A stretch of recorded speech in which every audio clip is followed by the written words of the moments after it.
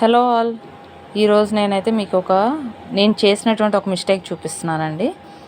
శారీ బ్లౌజ్లో బార్డర్ అయితే ఇలా వచ్చింది, శారీ అయితే ఇలా జింకలతోటి ఇలా వచ్చిందనమాట. శారీ మొత్తం బ్లౌజ్ బార్డర్ మాత్రం ఇలా ఉంది, శారీ ఫ్యాబ్రిక్ ఇలా ఇచ్చాడు.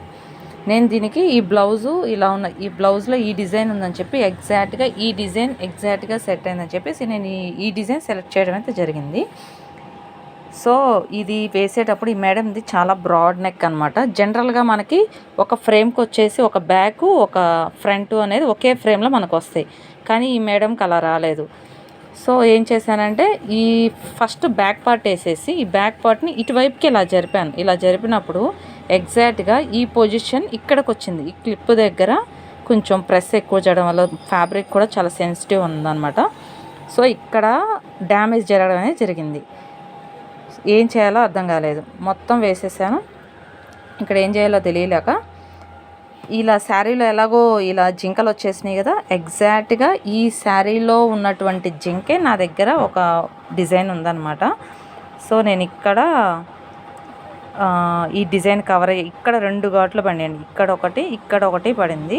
ఇక్కడ ఇలా ఇంతవరకు వచ్చింది, కవర్ చేసేసాను. ఇంకో స్టిచ్చెస్ ఇక్కడ అవతలకు జరిపేసి వేసేసాను. ఇక్కడ ఒక డాట్ వేసేసి ఇక్కడ ఉన్న స్టిచ్ని కూడా కవర్ చేసేసి ఇంతవరకు వేసేసాను అనమాట. సో దీన్ని కవర్ చేయడం కోసం బ్యాక్ పార్ట్లో ఇక్కడ ఒక జింక వేసేసాను అనమాట. సో ఓవరాల్గా నేను చేసినటువంటి మిస్టేక్ వల్ల, అంటే నేను చేసిన మిస్టేక్ కానీ ఫ్యాబ్రిక్ ఇష్యూ వల్ల ఏదైనా అవని నేను ఇంకొంచెం జాగ్రత్తగా ఉండుంటే మేబీ ఇక్కడ బట్ట వేసేసుకొని క్లిప్ పెట్టుకున్నట్లయితే మేబీ ఆ ఇష్యూ జరగకుండా ఉండేదేమో. నా నెగ్లిజెన్సీ వల్ల కూడా అయ్యి ఉండొచ్చు. సో ఓవరాల్గా ఈ బ్లౌజ్ అయితే ఇప్పుడు ఫినిషింగ్ అయితే ఇలా ఉన్నదండి. చాలా అంటే చాలా బాగుంది. మేడం కూడా సాటిస్ఫై అయ్యారు. శారీలో జింకలు ఉన్నాయి కదా, పర్లేదు అనుష, బాగుందని చెప్పారు. సో ఇలా వచ్చింది మన బ్లౌజ్.